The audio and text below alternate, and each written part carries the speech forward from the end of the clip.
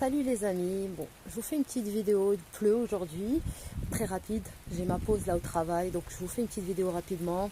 J'espère que tout le monde va bien, désolée, je suis très débordée par le travail et honnêtement, le travail de nuit, c'est pas très simple.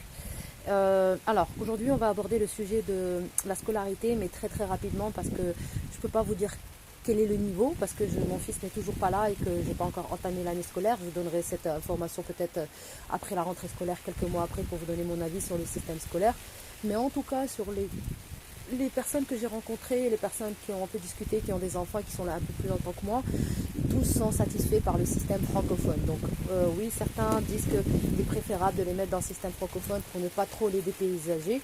Moi, c'est vrai qu'au début, je voulais tendre vers le système anglophone, mais au final, j'ai été convaincue par le système francophone parce que j'ai vu que voilà, les enfants apprenaient de toute façon l'anglais à l'école. Ok, et ils apprenaient l'anglais à l'école, ils vont l'apprendre de toute façon aussi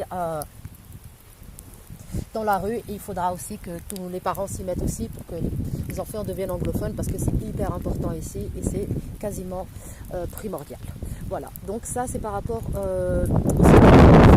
l'inscription, elle se fait très facilement. Vous avez le choix, soit vous venez ici, vous prenez rendez-vous avec le district scolaire qui vous aidera à faire la préinscription sur le site web. Sinon, vous pouvez le faire directement sur le site web. Moi, j'ai opté pour la solution la plus facile, c'est-à-dire avoir quelqu'un qui m'a aidé à le faire au niveau du district scolaire.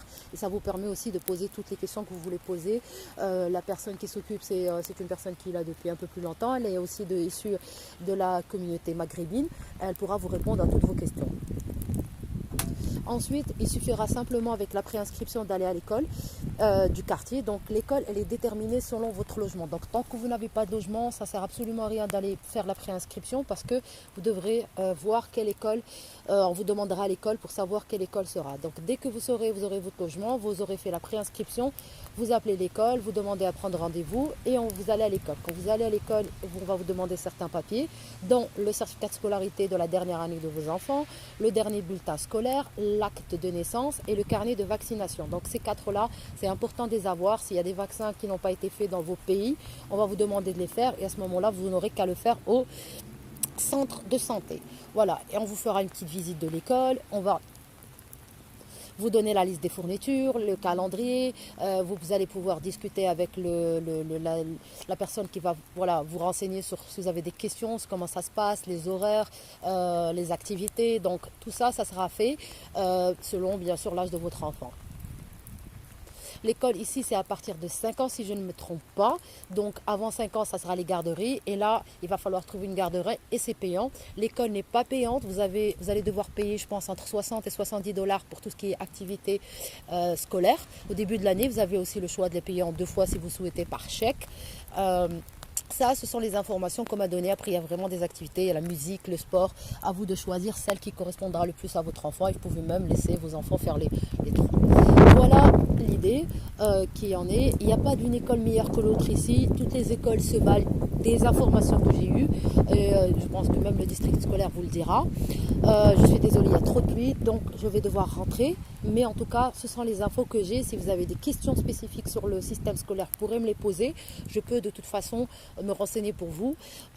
Mais ce sont les informations que j'ai au jour d'aujourd'hui. Malheureusement, je n'ai pas plus d'informations parce que je n'ai pas encore une idée de savoir est-ce que vraiment le système est aussi bon qu'on le dit ici. En tout cas, je sais que les enfants terminent l'école à 2 heures. Après, ils peuvent avoir des activités. C'est très bien de les inscrire dans les activités parce que ça leur fera des amis.